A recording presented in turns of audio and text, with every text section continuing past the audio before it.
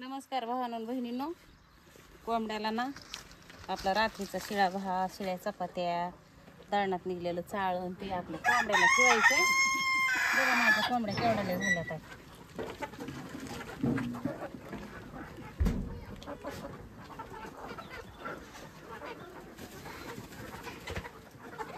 आता ना हे अंडे पण द्यायला लागल्यात आहे. आणि आपला भोपळा बघा, भोपळा मधून आलाय आणि आता भोपळ्याला फुलं आली तर पुढच्या आठवड्यामध्ये भोपळे येणार आहे.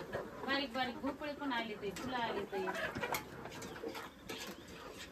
इकडं त्यांना खायला टाकलं होतं कुरडून ते सगळं गवत खातात. त्यांना गवत लय आवडत पाला पाला तोडून.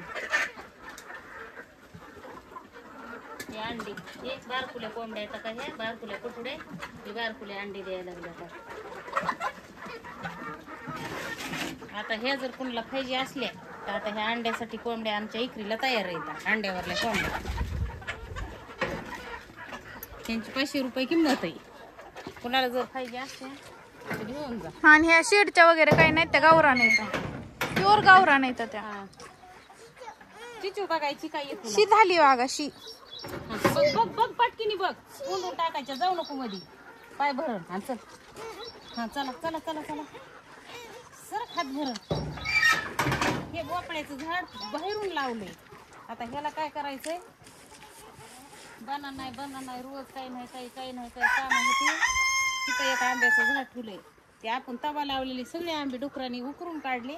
बाबा हे डुकराचे खड्डे, रात्री डुकर येते त्या भोपळ्याचं दूध हिचंय. एखाद्याशी बाबा हे बारीक बारीक फुलं आली तर हे बाबा त्या भोपळ्याला सुद्धा डुकर उकरून टाकणार आहे. त्याला कातड्या लावावं लागतं. म्हणजे ह्याचा किती फायदा आहे तुम्हाला सांगते, तिकडून बघा. कोंबड्याला ते बारका भोपळा आलाय ते तिथं ते पुढच्या तोंडाला ते तिथं कळी महाग. म्हणजे हे पाऊस जर इकडून आला तर पाऊस बी मध्ये जात नाही. पुन्हा आपल्याला भोपळे बी खायला, ह्याचा डबल फायदा आहे. पण ह्याच्या बुडामध्ये लावावं लागन कातडी, तर हे डुकरं ठेवते ना. आणि रोज इकडं पळ तिकडं पळ, दवाखान्यात पळ. हवा हे माझ्या सोयाबीनीमध्ये कितीच तण झालं. बाया भेटानात वाहिल्याच, पावसाचं वातावरण आहे. आणि हवा हे तण किती झालं. आज एक बाई भेटली कशी तरी, त्या तिकडं एक भोपळ्या झाड नदी बी हायतं, लय तण झालं. आता ना इतके माझ्या जीवाला काम येतं, तिकडं जा करून.